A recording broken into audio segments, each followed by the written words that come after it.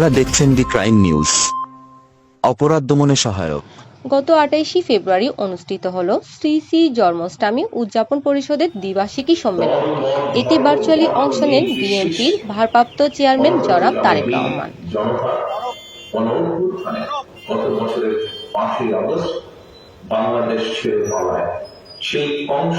চট্টগ্রাম নগরীর জ্যামশন হলে শ্রী শ্রী জন্মাষ্টমী উদযাপনে ভার্চুয়ালি যুক্ত হয়ে তিনি মন্তব্য করেন, সনাতনী যাতে কেউ রাজনৈতিক স্বার্থে ব্যবহার করতে না পারে সেদিকে সজাগ থাকার আহ্বান জানিয়েছেন তিনি।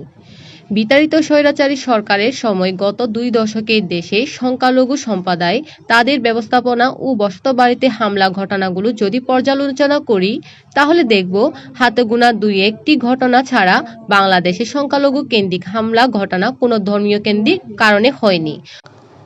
তিনি আরও বলেন, 17 বছর বাংলাদেশ কংসের মতো এক নৃশংস স্বৈরাচার জনগণের উপর জাগ্রত পাথরের মতো চেপে বসেছিল।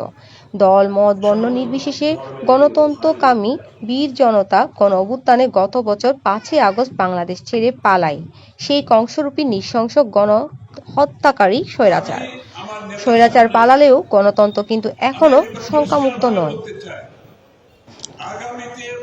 শ্রী শ্রী জন্মাষ্টমী উদযাপন পরিষদ বাংলাদেশ কেন্দ্রীয় কমিটি দ্বিবার্ষিকী সম্মেলনে নির্বাচন পরিচালনা কমিটির প্রধান অধ্যাপক প্রদীপ চক্রবর্তীর সভাপতিত্বে ও বিপ্লব পাত্রের সঞ্চালনায় অনুষ্ঠানে আরও বক্তব্য রাখেন বিএনপির কেন্দ্রীয় সাংগঠনিক সম্পাদক মাহবুব রহমান শামীম, চট্টগ্রাম সিটি কর্পোরেশনের মেয়র ডাক্তার শাহাদাত হোসেন, নগর বিএনপি আহ্বায়ক এরশাদ উল্লাহ, সাবেক সদস্য আবুল কাশেম বক্কর, জন্মাষ্টমী উদযাপন পরিষদের সদ্য সাবেক সাধারণ সম্পাদক প্রকৌশলী প্রবীর কুমার সেন, সম্মেলনে প্রস্তুতি কমিটির সদস্য সচিব আর কে দাস রসু এবং আরও অনেকে।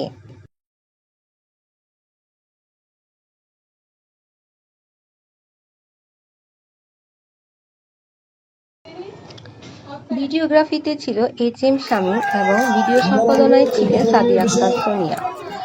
এতক্ষণ পর্যন্ত আমাদের সঙ্গে থাকার জন্য অসংখ্য ধন্যবাদ।